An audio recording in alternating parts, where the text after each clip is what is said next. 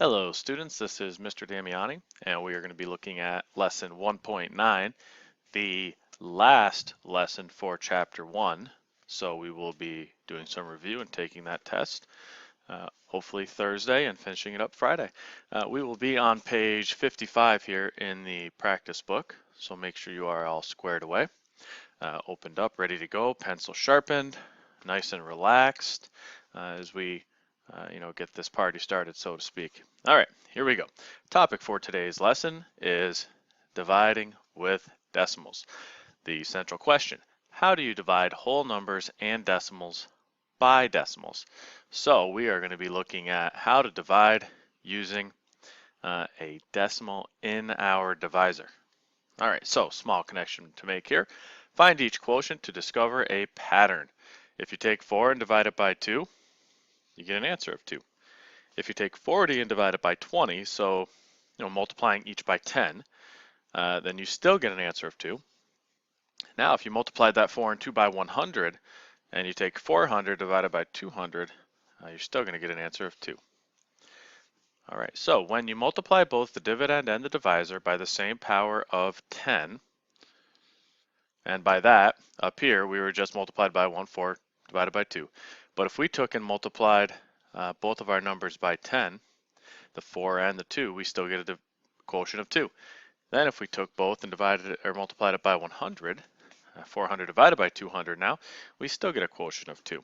So if you multiply both the dividend and the divisor, key terms there, by the same power of 10, the quotient is the same.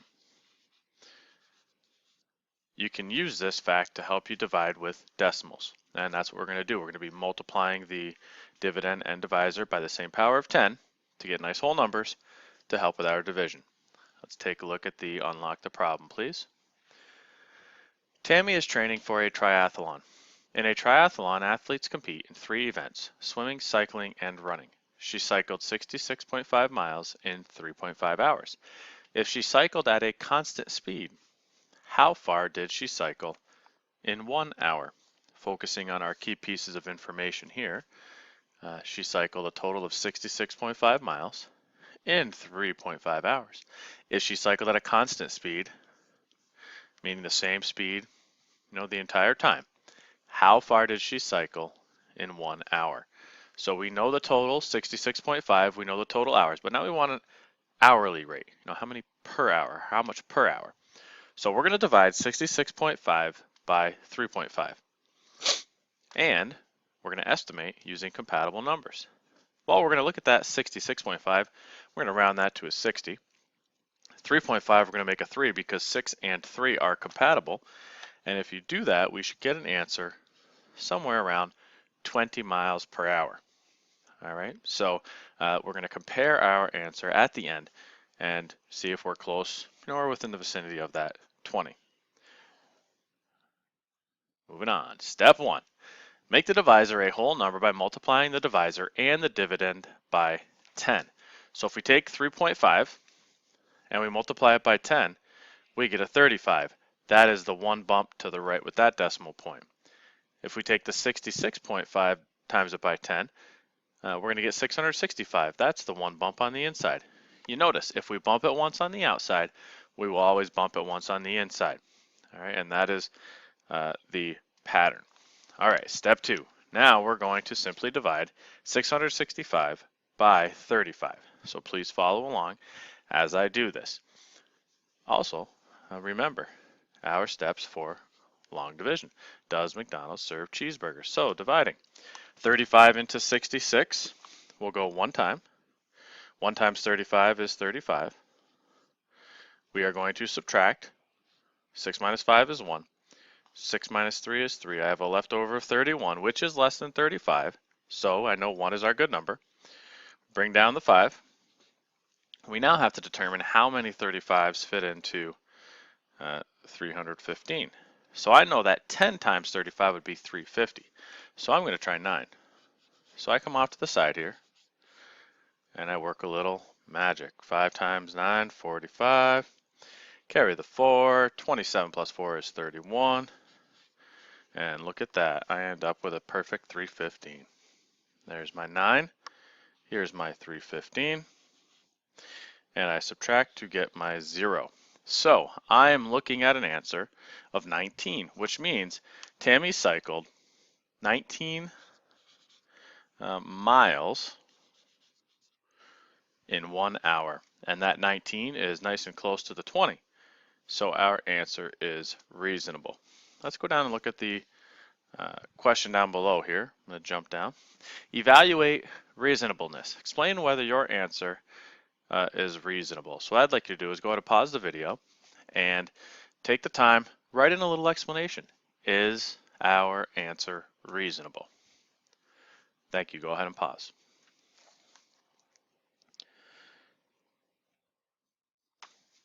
Double check your answer with our answer here. 19 is close to the estimate of 20. All right, let's go ahead and turn the page to page 56.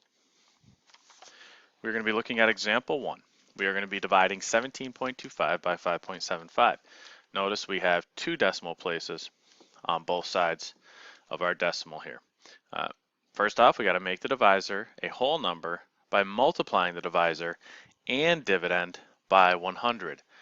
I'm going by 100 here because the 2 zeros tell me that I can bump it twice. 1, 2, 1, 2. And now I'm going to be dealing with a much neater whole number. So 5.75 times 100 gives me 575.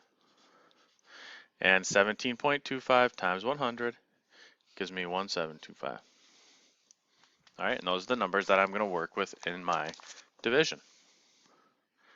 So step 2, let's perform the multiplication. Division. So I'm looking at 575 does not go into the 1, does not go into the 7, does not go into the 172. However, I do want to get it into the 1725. So I'm going to say 5 here goes into 17 3 times. So I want to try 575 times 3 and see what that gets me. There's my 5, carry the 1. 21 plus 1 is 22. Carry the 2. 5 times 3 is 17 plus the 2, 15 plus the 2 is 17. And I get my answer of 1725. 1725, 0, 0, 0, 0. So it looks like our answer here of 3 would be our quotient. Let's double check though. If we take our original answer of 5.75 up in the problem there, the original divisor, multiply that by 3, I should get 17.25. So 5 times 3 is 15, carry the 1. There's my 2 for 22, carry the 2, 17. I have 1, 2, 2 spaces, bounce it back, and I get an answer of 17.25, which means our quotient of 3 is correct. All right, let's go ahead and scroll down to our second example here. All right, so now we're going to divide 37.8 by 0.14. Make the divisor a whole number by multiplying the divisor and the dividend. Here, I want to bump it twice in my divisor, so that means I'm going to multiply both numbers by a nice 100. Remember, I can't multiply one number by 10 and one by 100. It's always going to be whatever your divisor is because you always want that whole number divisor. So if I want to move it twice, I got to multiply it by 100, and I will have to move it twice on the inside. And of course, I got to fill in that 0 there to hold the place value. So what I would like you to do is go ahead and pause the video here. I'd like you to go down to step 2, give it a shot, and see if your work matches up with mine. Thanks for pausing that video here, and you'll notice that after the division here, we should get a quotient of 270. Tricky point here would be that I have to account for that blue 0 one more step, so I don't have to get an answer of 27. It should be 270. All right, so go ahead and turn the page here. We are looking at the share and show. I would like you to try one problem on your own and see how we do. So I would like you to put your eyes on question 3 here. I would like you to take a time, list the steps, don't forget to estimate, then find the quotient here. All right, remembering to bump over your long division. So go ahead and pause the video and then we'll go over it and we'll wrap up this video. Thank you. All right, thanks for taking the time to pause that video. We are looking at 26.4 divided by 1.76. So we're going to start by getting it in our house here. Make sure you get them in the right spot. All right, here we go. 26.4 in the house, 1.76 in the driveway here. And I notice I have 2 decimal points to the right here, so I want to bump it over twice. So that's really multiplying it by 100. Bump it over twice, fill in the 0. Reset, and I now have 2640 in the house and 176 in the driveway. Let's move through our steps. So 176 does not go into 2 or 26, so we're going to put it into twice, or try to get it in twice, to 264 here, and we'll see how that works out. So 176 times 2, 12, carry the 1, 14 plus 1 will give me 15. And I have to carry another 1, so that's going to give me 352. So that's going to be too big. So we're going to go 1 time here. Put the 176 here. And we're going to do our subtraction. Got to regroup. And this becomes a 14. There's an 8. Got to regroup again. 15. There's another 8. And I have to drop my 0 here. So 880 now. So we're going to take 176, 880. I did 4 for 352. So if I tried 4 or 5, let's go with a 5 here because I know 5 ends in 0 for the 880. There's my 0, carry the 3. 35 plus 3 is 8. 38. And look at that, I got an 880. So we're going to go with a 5 here. 880. And 0. So I get an answer of 15. Now it says to estimate. Probably should have done that in the beginning there. So we're just going to double check our estimation piece here. So if I take 26.4 and I round it to a 26, and the 1.76, I make that a 2, I get an estimate of 13. So my first answer would have been an estimate of 13. My actual answer was 15, and I say checkmate. It is reasonable, and I am satisfied. So you will be completing your summary and your question here in your composition notebook. Make sure you really touch on the key pieces of information.